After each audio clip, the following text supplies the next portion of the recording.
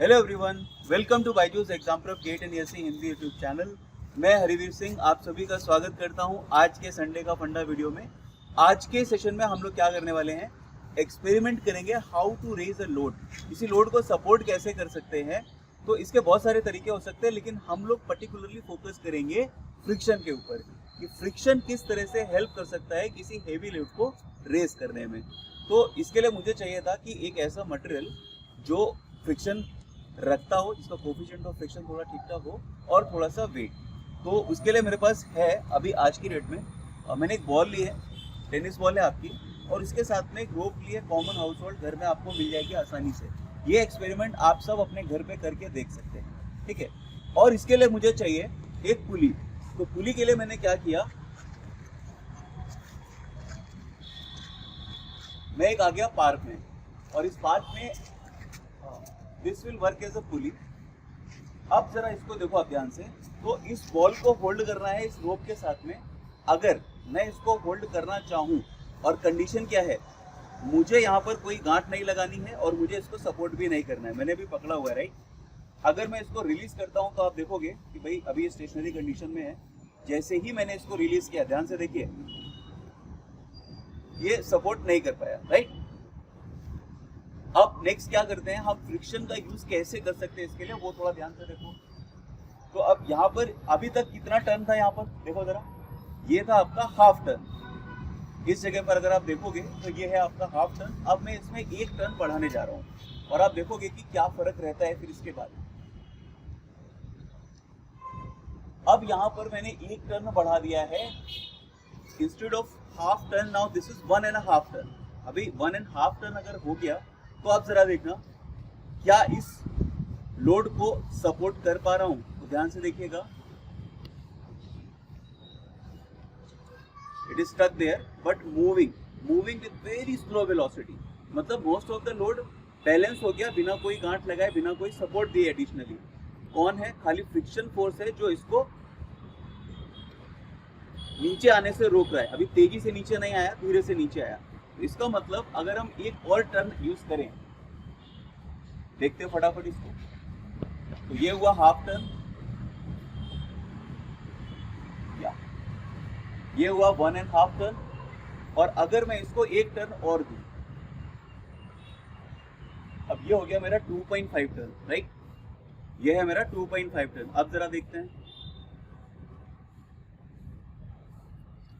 It is still stationary. Now you can see that इसको हमने कोई भी सपोर्ट अलग से नहीं दिया। ये जो है, जो भी वेट है इसका 200 ग्राम्स के अप्रॉक्स है, ये आपका अपने आप रुका हुआ है बिना किसी एक्सटर्नल सपोर्ट के। सपोर्ट कहाँ से मिल रहा है, तो फ्रिक्शन को हम यहाँ पर यूज कर रहे हैं। ऐसे बहुत सारे एग्जांपल्स और भी मिल जाएंगे आपको डे टू डे लाइफ में, जहाँ पर फ्रिक्शन हमारे लिए एज अ फ्रेंड वर्क करता है। उसके एडवांटेज की वजह से हम बहुत सारी चीज़ें कर पाते हैं आसानी से। तो अब इसके कॉन्सेप्ट को हम थोड़ा और डिटेल में समझेंगे। तो चलते हैं इसके कॉन्सेप्ट को समझने के लिए कि how this has happened without any external support, this load is supported. Hello everyone. तो जैसा कि हम लोग देख चुके हैं ऑलरेडी कि हम सपोर्ट कर सकते हैं किसी भी हैवी लोड को with the help of friction. तो let's understand the concept behind the experiment. जो एक्सपेरिमेंट हम लोग ऑलरेडी कंडक्ट कर चुके हैं, अब उसके पीछे का थोड़ा सा समझते हैं क्या था बेसिक मैकेनिक्स, ठीक है। तो यहाँ पर आप ध्यान दीजिए, मैंने क्या किया था, एक वेट को यूज़ किया था। तो उसके लिए मैंने टेनिस बॉल यूज़ करी थी, और इसको with the help of a thread मैंने एक पुली के ऊपर से पार कराया था। तो सपोज ये आपकी पुली है, और यहाँ पर मैंने इसको वापस ला के रखा था, ठीक है। तो एक्सपेरिमेंट कंडक्ट करने के हिसाब से तो मुझे लगता है कि आप सभी को समझ में आया होगा। ये ग्रीन कलर से हमने पुली को यूज़ किया था। वहाँ पर तो जो हमारा मटेरियल था वो इस तरह से हम दिखा सकते थे। अब ज़रा तुम यहाँ पर देख के बताओ कि जो तुम्हारा कांटेक्ट हो रहा है वो कांटेक्ट कितने एंगल पे हो रहा है। तो ऑब्वियसली अगर तुम इस पहले पार्ट की बात करोगे तो बस यहाँ से लेके यहाँ तक का। अगर हम बात करते हैं कि हाफ टर्न 1/2 टर्न, तो इसका मतलब दिस इज इक्वल्स टू पाई। जो एंगल आप टर्न करते हो वो पाई है। लेटर वी मूव टू, उसके बाद हम लोग 1.5 टर्न दिया था और उसके आगे भी था। तो मान लो कि इसका अप्रोक्सीमेट मास, मतलब ये टोटल जो लोड है आपका, सपोज दिस इज 2 न्यूटन। मैं मास नहीं, मैं लोड बोल रहा हूँ सीधे जी से मल्टीप्लाई करके। काफ़ी हल्की बॉल थी, बट इसको हैवी भी कर सकते थे, बट एक्सपेरिमेंट कंडक्ट करना थोड़ा मुश्किल हो जाता। तो अब अगर ये 2 न्यूटन का लोड है और you are applying some force P suppose, तो पी लोड तुम क्यों लगा रहे हो? Load required to prevent the downward motion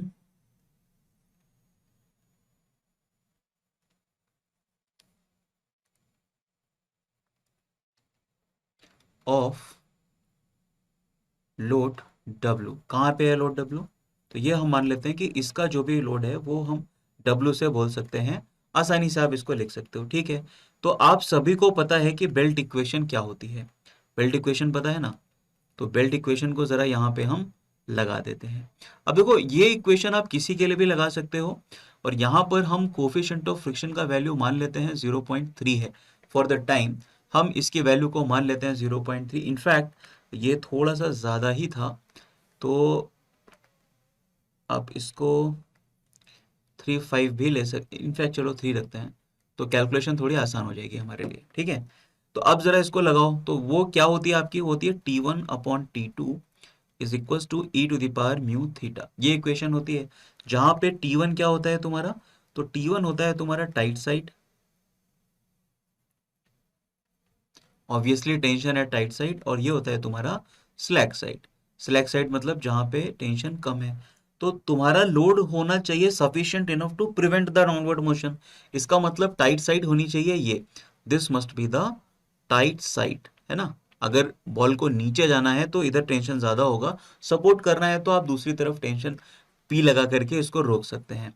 तो हमारी इक्वेशन कन्वर्ट हो जाती है यहाँ पे कि सर डब्ल्यू, मतलब we should write W/P must be equal to E to the power mu theta.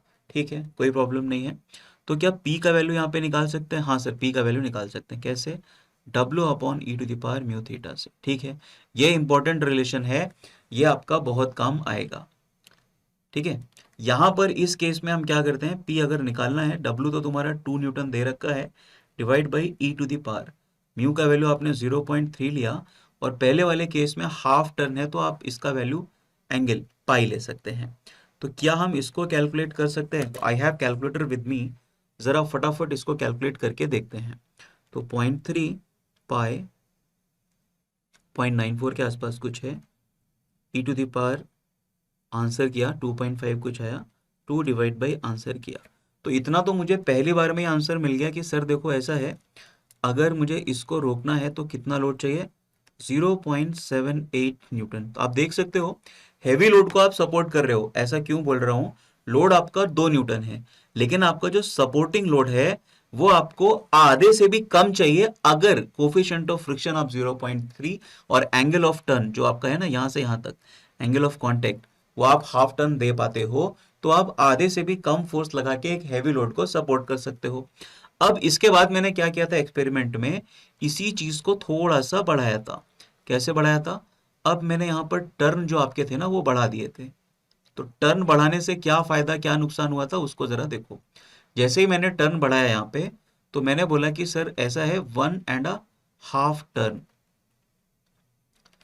इसको हम 1.5 टर्न भी बोल सकते हैं।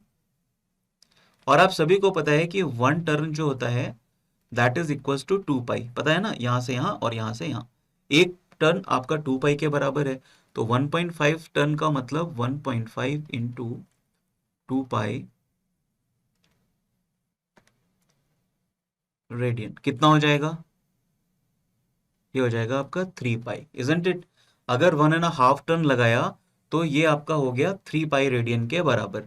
तो इसका मतलब अभी क्या है? इसका मतलब अभी ये है कि सर जो हमारी इक्वेशन थी वो इक्वेशन ये बोलती है कि P आपको चाहिए, ठीक है, 2/E टू द पावर, अभी कोफिशिएंट ऑफ फ्रिक्शन तो चेंज नहीं होगा, लेकिन नंबर ऑफ टर्न्स जो पहले आपका सिर्फ पाई था उसमें 2 पाई ऐड हो गया, तो अब ये आपका हो गया 3 पाई। तो अब जरा हम इस लोड को कैलकुलेट अगर करें तो हमें P का वैल्यू कितना मिलता है, जरा देखते हैं इसको फटाफट। तो अब हमें मिलता है 0.9 पाई, निकालते हैं पहले 0.9 पाई ई टू द पावर एक्स करके निकाला इसके आंसर को, तो 16.9 समथिंग आ रहा है। 2 डिवाइड बाई हमारा आंसर किया तो पता चला 0.118, है ना, 0.118 न्यूटन। अब देखो आप, ये फोर्स आपका बहुत ही ज्यादा कम है, नहीं कह सकते हैं, this is very much less in comparison to this 2 newton. यहां पर आपका लग रहा था W और यहां पर लग रहा है आपका P। तो आप देखो W जो है वो आपका 2 न्यूटन के बराबर, और P का वैल्यू आप देख सकते हो इतना कम हो चुका है, तो आप इसको बैलेंस कर सकते हो। तो आपने देखा था कि भाई यहां तो हमने तो कोई फोर्स लगाया ही नहीं था, ये जो फोर्स आपको मिल रहा था ये कहां से मिल रहा था, ये फ्रिक्शन के रेजिस्टेंस की वजह से मिल रहा था। तो बॉल आपकी बहुत स्लोली धीरे धीरे मूव कर रही थी, क्योंकि फ्रिक्शन शायद इतना फोर्स नहीं दे पा रहा होगा। गेटिंग माय पॉइंट, फ्रिक्शन इतना फोर्स आपको नहीं दे पा रहा होगा, तो बॉल आपकी बहुत स्लोली मूव कर रही थी। लेकिन उसके बाद हमने क्या किया, देन वी मूव टू कि भाई सर देखो ऐसा है, इसको तो रोकना तो है ही। तो अब हमने क्या किया, 1.5 टर्न तो दिया ही था, उसके बाद एक और टर्न दिया, मतलब टोटल आपने दिया 2.5 टर्न।